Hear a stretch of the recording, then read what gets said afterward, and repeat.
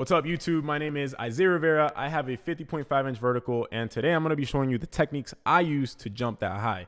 Technique has the potential to literally make you jump higher instantly. I'm talking 2 to 3 inches higher in 5 to 15 minutes. So you might want to listen up because I'm going to be showing you exactly how I do it, along with helping one of my athletes with his technique. I'll be comparing it.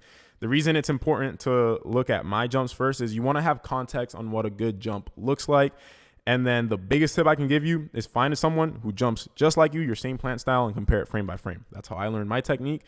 And I'm going to be showing you guys exactly what to look for here. So the first thing is to understand what the whole point of a vertical jump approach even is, right? There are 2 reasons for a jump approach. There's 2 objectives. It's to lower you and you want to accelerate. If you do those 2 things, if you lower enough and you accelerate through it, you are going to have an efficient approach that is going to make you jump a lot higher when comparing to your standing vertical. Okay. For reference, I jump about 10 inches higher when comparing my approach vertical to my standing vertical. Elite athletes, I usually on the lower end, I've seen 6 to 8 inches, on the higher end up to a foot higher. Okay. So it can add a lot of inches to your running approach. There's a few things we want to define first. First is, what do I mean by steps?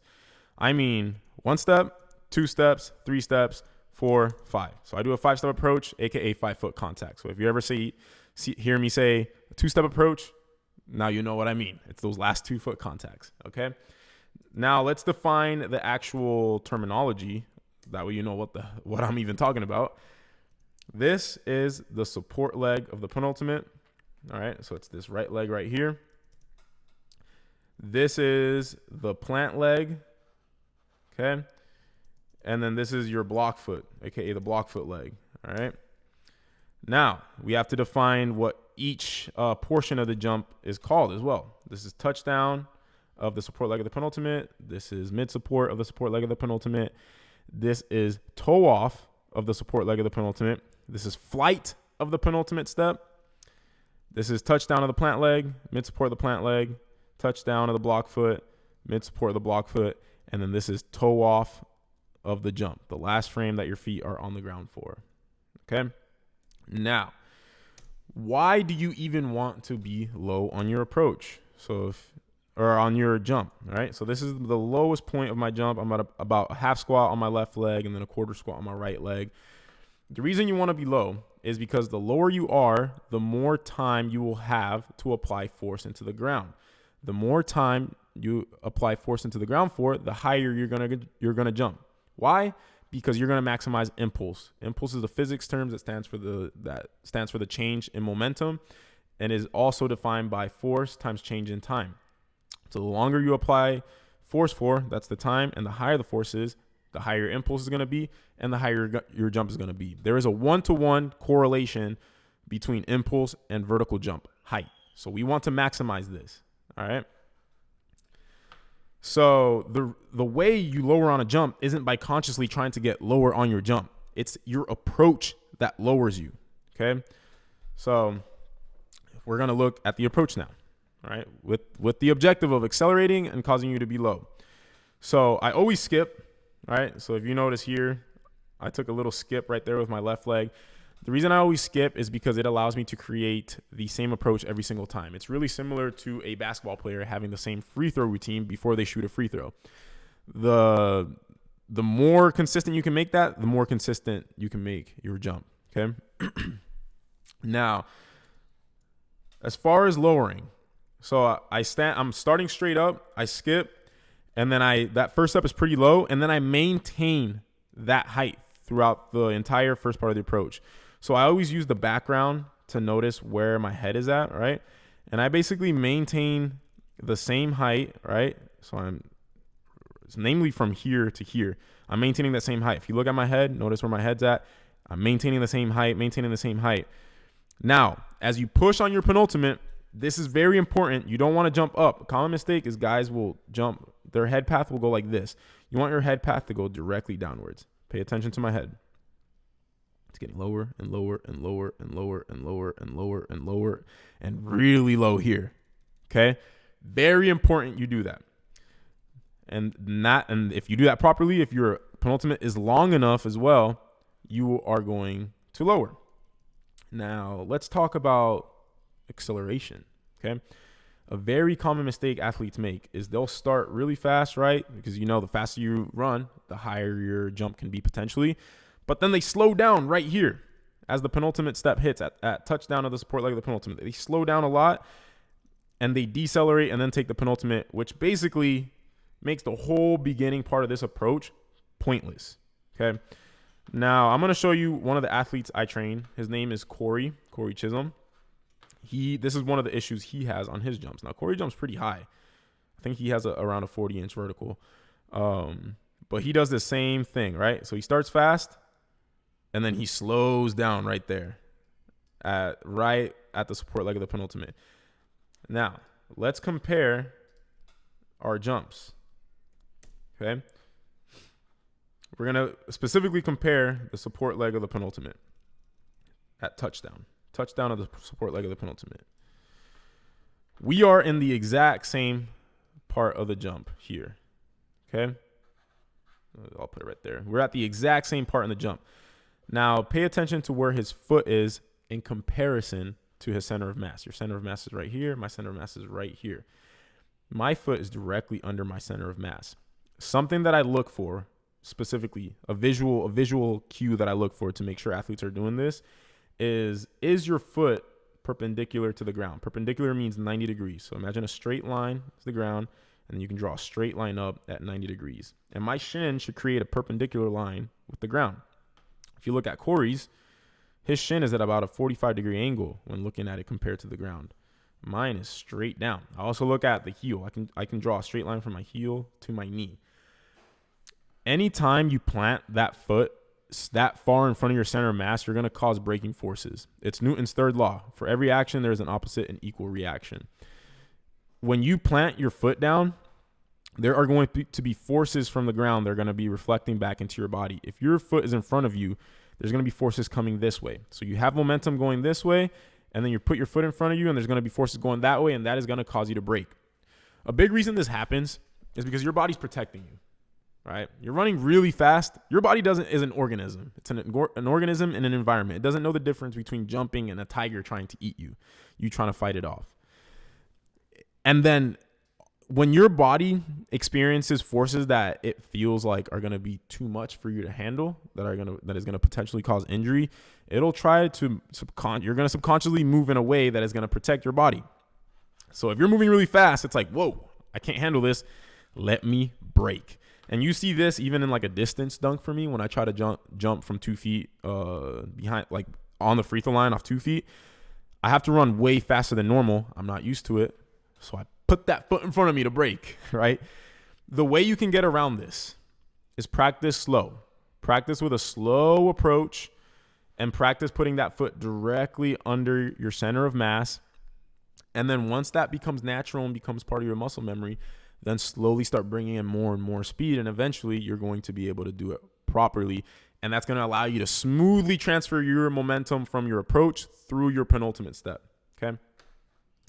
Now, let's look at the next part in the approach, the actual penultimate, right? Common mistake here is athletes will short this step, right? They won't extend back far enough on there. A visual cue that I look for to do this properly is I make sure that the crease of my knee, right? So this is the crease of my knee, is behind my hips, behind my butt right here. So if I were to draw a straight line down from my hips, I want to see my knee behind that line. I actually don't like athletes to over cue this. I see a lot of times athletes that short the penultimate and they're trying to fix it. They end up actually over pushing. And it's usually, Corey does that as well. It's usually because you're running really fast, so you brake, but now you're still trying to accelerate. The only way you can accelerate is by pushing on that penultimate, and then you over push here, okay? You want the length of the penultimate step, the split, to be a result of your speed and then accelerating, right? So you don't brake, you accelerate, and that's where the length of the penultimate comes from. If you are running slow or if you're practicing short approaches, you actually shouldn't you're probably going to be planting the support leg of the penultimate closer here, and the length is going to be shorter. And then as you speed up and lengthen the approach out, the penultimate step length is naturally going to get longer. Having said that, if you are shorting the penultimate step, what I want you to do is just plant farther away from the hoop, right? I'm 6'2" with long legs. I'm planting basically at the free throw line. I've seen elite athletes that are around 5'9", they still plant around right here. They still have a pretty long penultimate. But this is really, really important. If you move your approach back, make sure you're still jumping from the same spot. So you still should be jumping right in front of the hoop. Common error is I tell an athlete to plant this foot backwards, but they end up just taking a short penultimate still and jumping from here, and then it turns into a distance dunk. If you move that step back, that way you can force yourself to have a longer penultimate step, you still need to jump from right here. Okay? So, you planting your foot under a center of mass, so you didn't break. You didn't short the penultimate, all right? Because it's a long penultimate now, and you accelerated properly. The next thing is the next visual cue that I look for to make sure someone's doing a proper penultimate step is leading with the knee. I'm going to look at Corey's jump because this is another mistake he makes. He does not lead with the knee. At toe off of the penultimate, what I look for is your heel behind your knee at toe off of the penultimate step. You look at Corey's, his is really far in front of his knee. All right. A way you can guarantee you do this is by throwing your hips forward, but you have to maintain the same torso angle. So if you look at my torso angle, it's slightly lean forward, right? Slightly lean forward. And at toe off the penultimate, I hold that angle, but my hips, I go from flexion to like hyper extension here, right? I'm feeling a stretch right here in my rectus femoris. Throw my hips forward. And then the second thing is just throw your hips forward while keeping your foot close to the ground. Okay? Float that leg really, really close to the ground. And then just make sure that that knee is leading in front of the heel. Okay?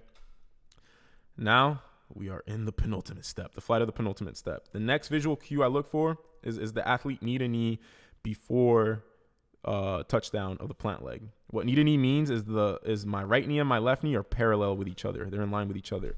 On my best jumps ever, I'm actually knee to knee, like right here. And then this frame, this knee is past this knee. Now, why is this important? It's because this is going to decrease your ground contact time. It's going to make those last two steps be on the ground for a very short period of time. And that's going to make you jump higher. But you might be wondering, if the whole point is to maximize impulse, right? And we want to spend as much time applying force into the ground, shouldn't that mean that the longer these feet are on the ground, the better? Not necessarily. You want length of time to be as a result of you being low. If you've maximized that, how low you are, which by the way, if you're any more low than this, it's actually detrimental to your jump. Okay. So once you've maximized that, once you're like in a pretty good position here, you actually want to be able to be at this depth, but with shorter ground contact times, because it's going to maximize peak forces. The higher the peak forces, the more you're going to be able to stretch the tendon. Okay. That's what makes elite athletes different from average athletes, is they're able to tap into the hidden potential of their tendons. When you can stretch your tendon, you store energy, and then you augment the force production from your muscles. So you end up jumping way higher. Tendons, if they're stretched, have a lot of potential energy, tons of potential energy that if released, create a jump like this. Okay? So that's why we want to minimize the ground contact time. And then the last thing that I'm going to talk about is, well, one, try to jump straight up and down. A cue that I like to think is, imagine you're running towards a cliff. Imagine there's a cliff right behind the backboard.